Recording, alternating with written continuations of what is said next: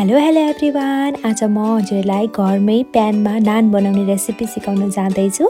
त्यसको लागि मैले यहाँ एउटा कचौराले नापेर 1 कचौरा मैदा अनि 1 कचौरा गहुँको पिठो लिएको छु।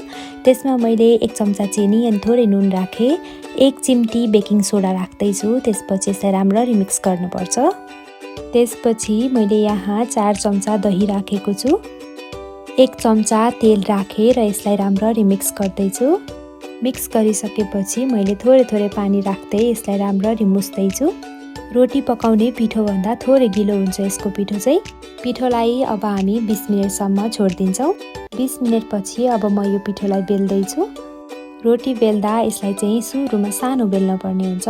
त्यसपछि मैले यहाँ ब्रसले थोरै घिउ लगाउँदैछु। हजुर पनि थोरै मात्रामा घिउ लगाउनु होला। त्यसपछि यसलाई सबैतिरबाट बन्द गरिदिनु अनि यसलाई फेरि एकचोटि बेल्न पर्ने हुन्छ। मैले सुक्खा पिठो लगाएँ र यसलाई राम्ररी बेल्दैछु। यसरी बिचमा घिउ लगाउँदा चाहिँ यो एकदम मजाले फुल्छ। बेलिसकेपछि मैले यसमा मुङ्ग्रेलो र धनिया राख्दैछु। हजुरहरूले गार्लिक नान बनाउँदै हुनुहुन्छ भने लसुनलाई सानो टुक्रा बनाएर राख्न सक्नुहुन्छ। त्यसपछि मैले यसलाई तावामा राखिदिएँ। ग्यासको फ्लेम चाहिँ मिडियम हुनुपर्छ। एकैछिनपछि हाम्रो नान यसरी फुलेर तयार हुन्छ।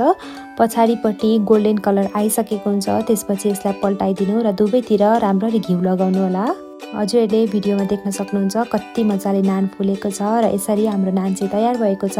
मैले चाहिँ नानलाई पनिरको सब्जीसँग खाएँ। हजुर पनि यसै गरी बनाउनुहोस्, खानुहोस्, इन्जोय गर्नुहोस् अनि हजुरको थोरै माया र सपोर्ट मागेको छु। मलाई लाइक, सेयर अनि सब्सक्राइब गर्न नभुल्नु होला। Thank you.